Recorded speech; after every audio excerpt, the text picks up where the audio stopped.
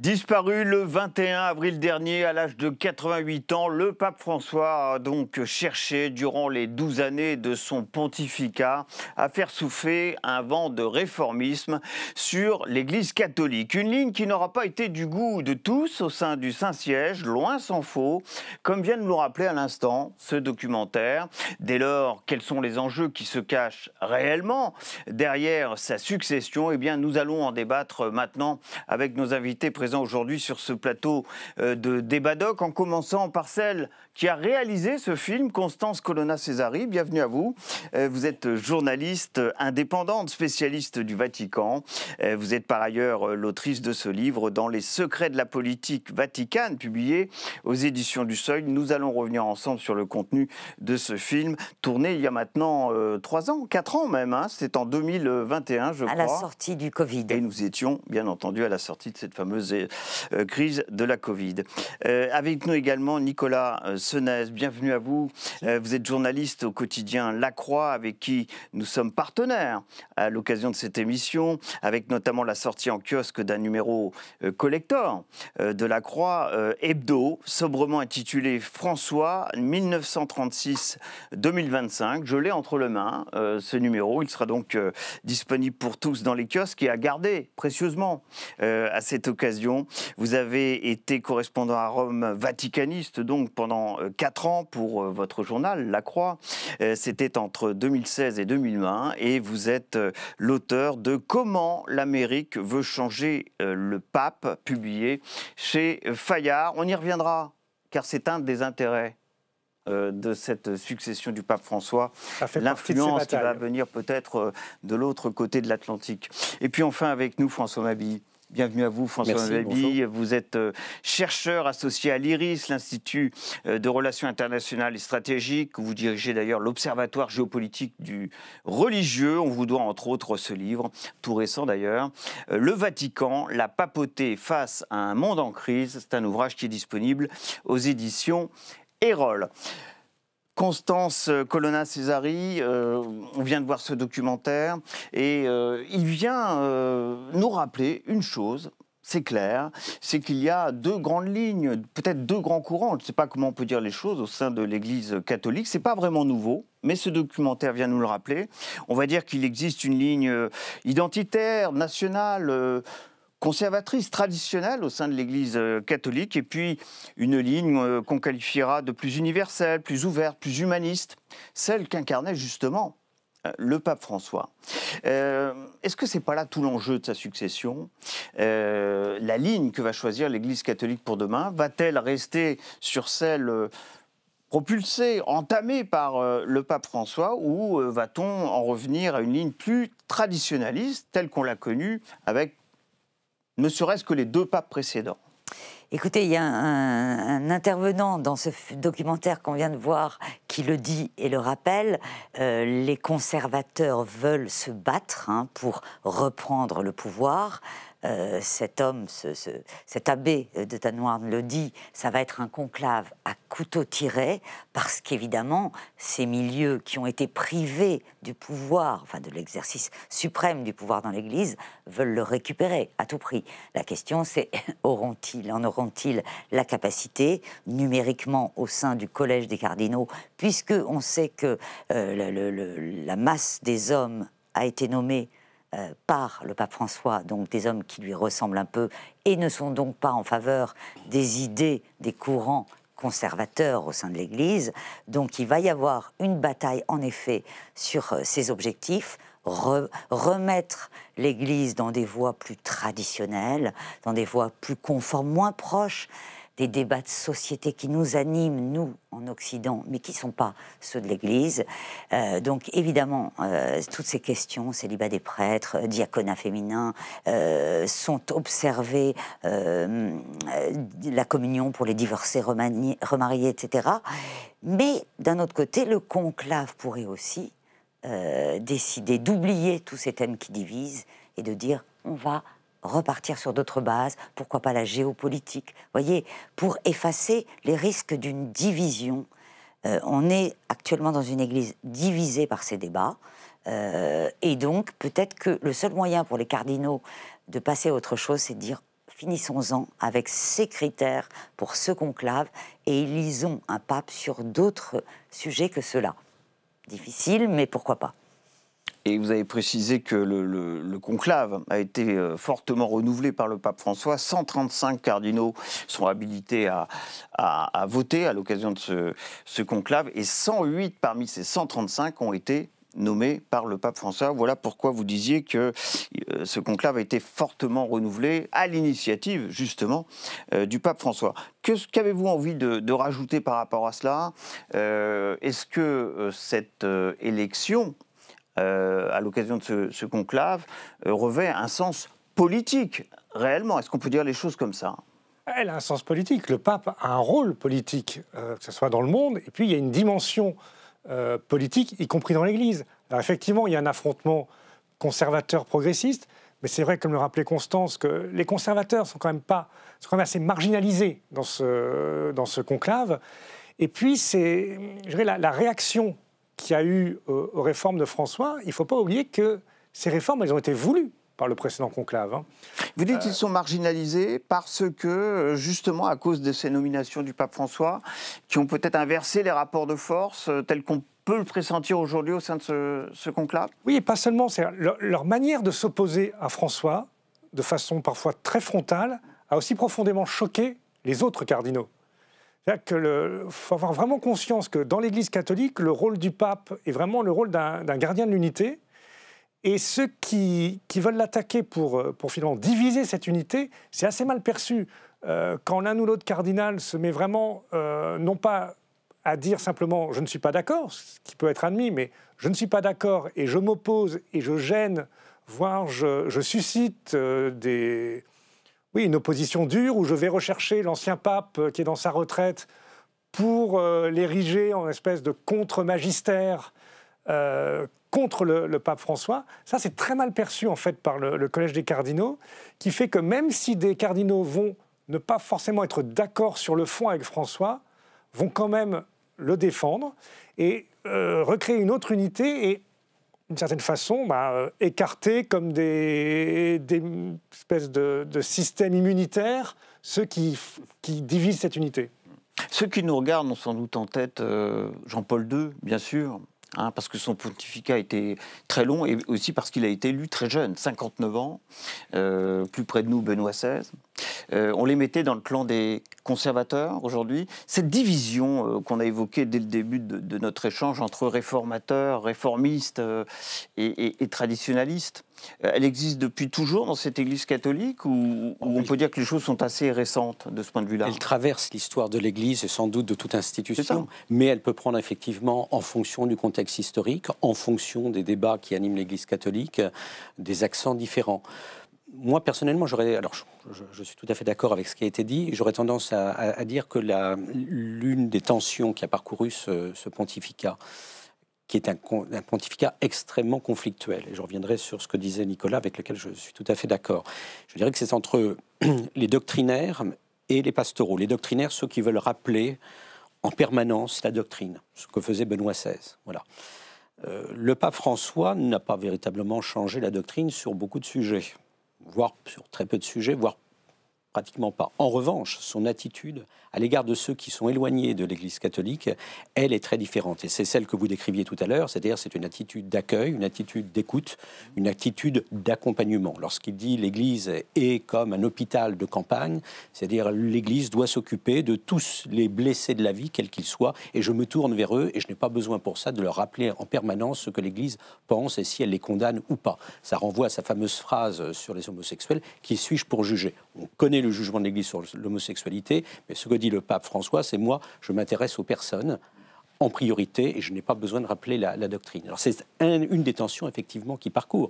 Ce que disait Nicolas sur les oppositions, c'est très intéressant parce qu'en fait, il me semble que ces oppositions frontales qu'on a vues à l'encontre du pape, elles renvoient aussi à un style de leadership qui était tout aussi frontal.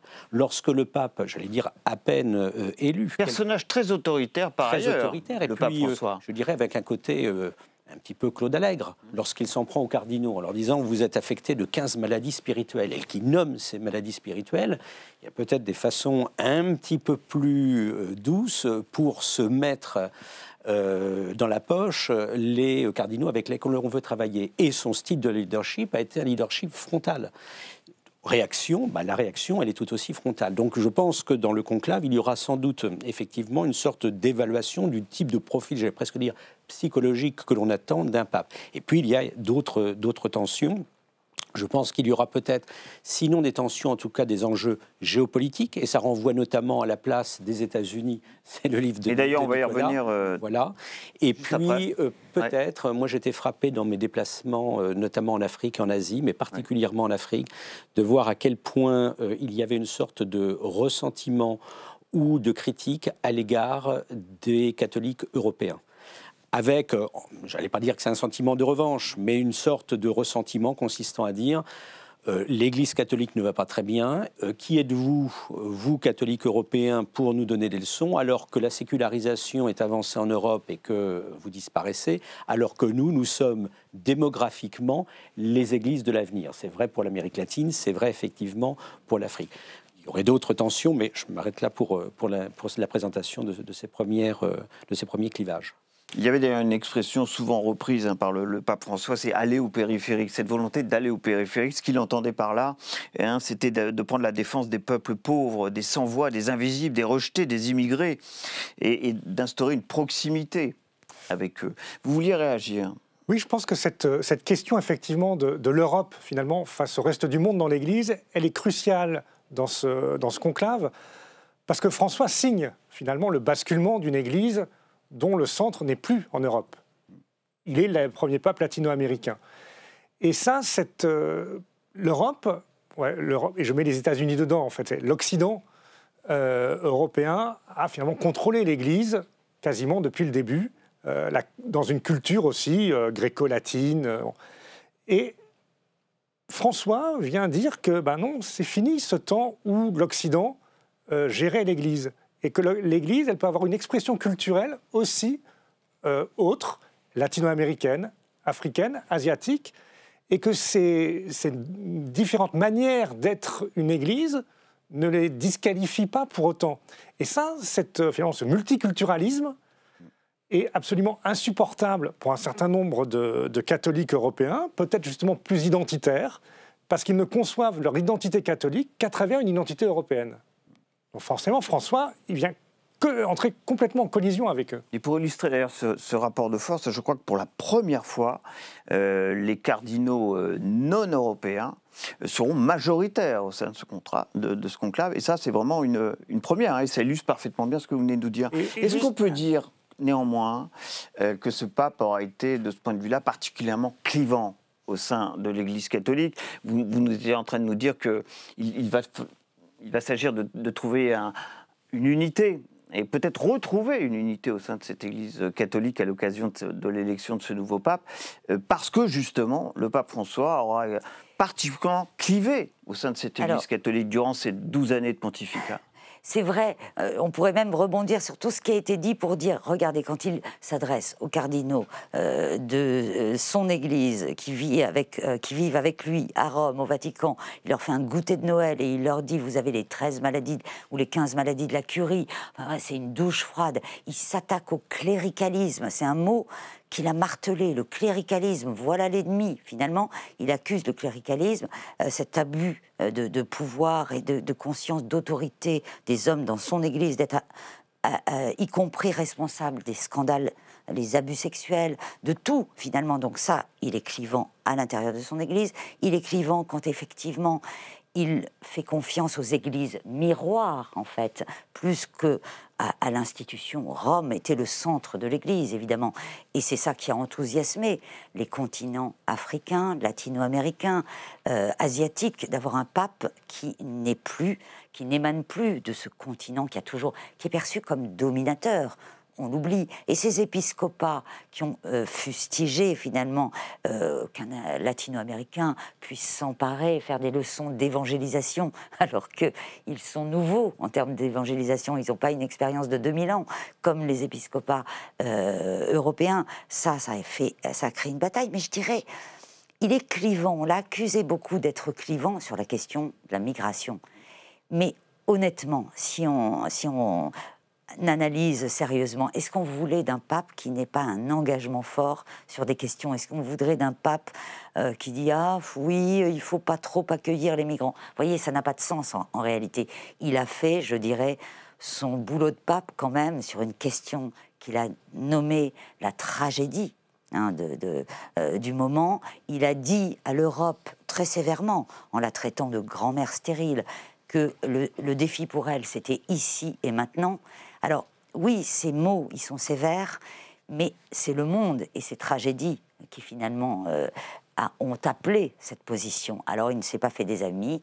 On va voir comment l'Église va penser ça pour passer à autre chose et éviter que ces divisions sur des questions sociales, politiques, comme en effet les migrants, leur accueil, sur des questions d'écologie, parce qu'après tout, ça ne fait pas, c'est pas bien vu, hein, l'écologie, c'est une question complexe aux États-Unis, dans certains milieux. D'autres questions, le dialogue avec l'islam, ces questions fâchent beaucoup, y compris les souverainistes en Europe. Alors là, vous venez d'évoquer plusieurs thèmes, oui, et c'est vrai que voilà ce qu'on a le plus reproché en réalité au pape François, ses positions sur l'immigration, très rapides d'ailleurs, hein, dès le lendemain de son élection en 2013, Lampedusa. Ça a marqué le début et même quasiment l'ensemble de son pontificat, le dialogue interreligieux, ses positions ou ses non-dits sur les questions sociétales, je ne sais pas comment on peut dire les choses, la question du célibat des prêtres, la question évidemment des violences sexuelles au sein de l'Église. Qu'est-ce qu'on lui a le plus reproché du côté de ceux qu'on peut qualifier aujourd'hui des conservateurs J'aurais envie de et que le conservateur serait tenté de lui faire payer, et serait tenté de faire payer à ceux qui seraient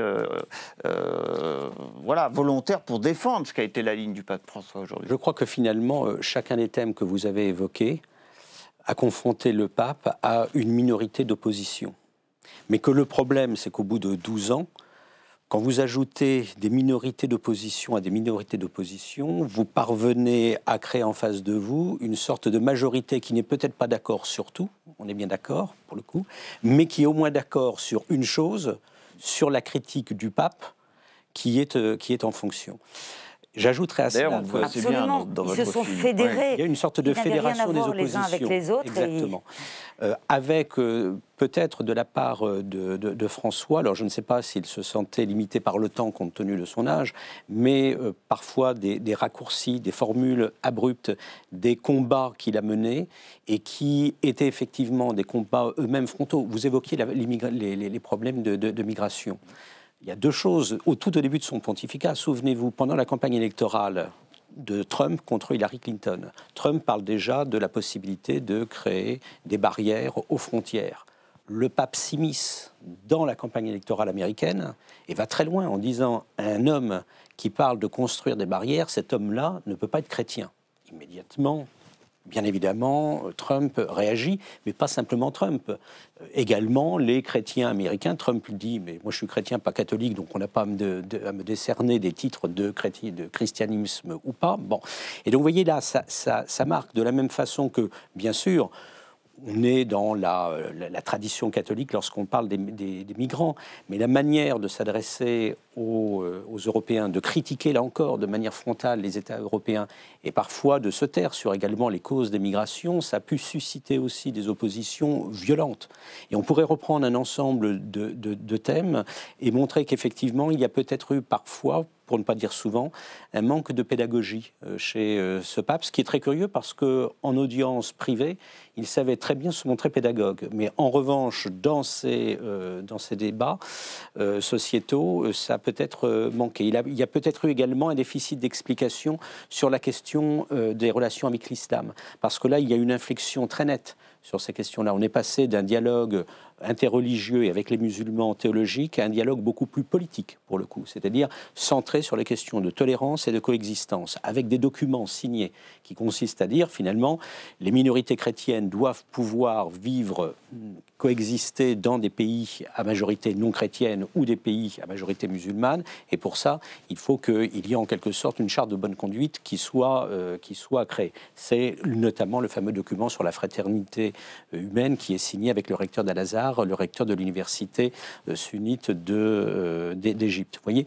Et là encore, je pense que sur le fond, c'est extrêmement intéressant, mais que l'explication de cette politique-là a manqué.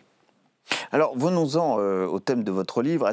Intéressons-nous au continent américain, l'Amérique du Sud, les États-Unis, parce que la montée en puissance des protestants évangéliques très conservateurs est l'un des grands défis du catholicisme aujourd'hui dans le monde entier. Alors, c'est vrai en Amérique latine, particulièrement au Brésil, hein, notamment.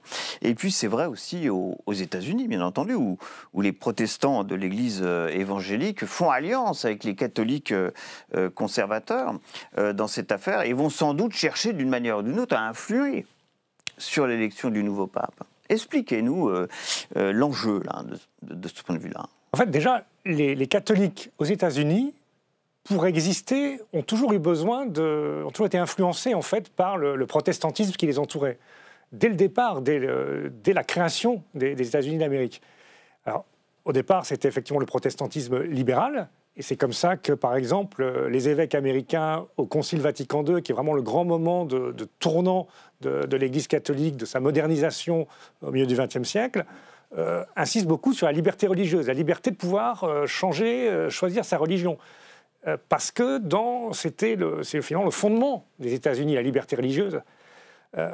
Au fur et à mesure que dans les années 70-80, le protestantisme américain se tourne plus vers les évangéliques et devient plus conservateur, assez naturellement, pour finalement continuer à montrer qu'ils sont de bons Américains, les catholiques américains suivent aussi cette tendance-là. Et donc, ils ont adhéré assez fortement, et on l'a vu au fur et à mesure des élections présidentielle américaine, de plus en plus voter majoritairement pour le candidat républicain conservateur. Et donc aujourd'hui, ils ont un véritable même agenda, puisque le vice-président des États-Unis, J.D. Vance, est un catholique, et qui est assez justement, pour moi, assez caractéristique de ces néo-catholiques. C'est un catholicisme qui est très influencé par l'évangélisme américain, assez déconnecté en fait de la tradition catholique telle qu'elle s'est construite au fil des siècles. C'est finalement, je pense qu'un Joseph Ratzinger aurait été très sévère vis-à-vis de ce catholicisme, parce qu'il dénonçait justement ces catholiques qui se construisent un peu leur propre tradition et qui, d'une certaine manière, en viennent à se dire plus catholiques que le pape. Et là, on est tout à fait là-dedans. Quand on voit... Est-ce que ceux-là peuvent réellement influencer au sein du conclave Alors, je ne pense pas qu'ils peuvent... l'élection du nouveau pape? Je ne pense pas qu'ils puissent influencer en tant que tel, c'est-à-dire pousser à choisir leur candidat. C'est comme on le disait tout à l'heure, hein, leurs candidats, en tout cas les plus conservateurs, sont assez marginaux. Par contre, je pense qu'ils peuvent influer par plusieurs manières. D'une part, ces catholiques-là, aujourd'hui, ils sont au pouvoir aux États-Unis, donc ils ont aussi la main sur toute la machine gouvernementale américaine, y compris la machine de renseignement américaine. Et donc, ils l'ont dit déjà dès 2018-2019, ils ont cette volonté de dire on va faire des rapports sur tous les cardinaux et sortir toutes les affaires qui peuvent être gênantes, et en particulier évidemment contre les cardinaux dont on ne veut surtout pas qu'ils soient élus. Et donc, pour moi, il n'est pas impossible que la veille ou l'avant-veille du conclave, par exemple, on ait telle ou telle information qui fuite dans la presse sur tel cardinal, oulala, il y a une méchante affaire sur lui, des boules puantes qui sortent. À la veille du conclave, même s'il y a des démentis et tout ça, je vois mal les cardinaux dire oulala, il n'y a pas de fumée sans feu, on ne sait jamais, nous on vient de rentrer au conclave, maintenant on n'a plus d'informations de l'extérieur, on ne va pas prendre de risques. Et donc c'est faire élire plutôt... empêcher de faire élire un candidat qui soit contre eux et faire élire quelqu'un de suffisamment faible, en fait, pour qu'il puisse le contrôler et freiner, en fait, la volonté de réforme née du pontificat de François.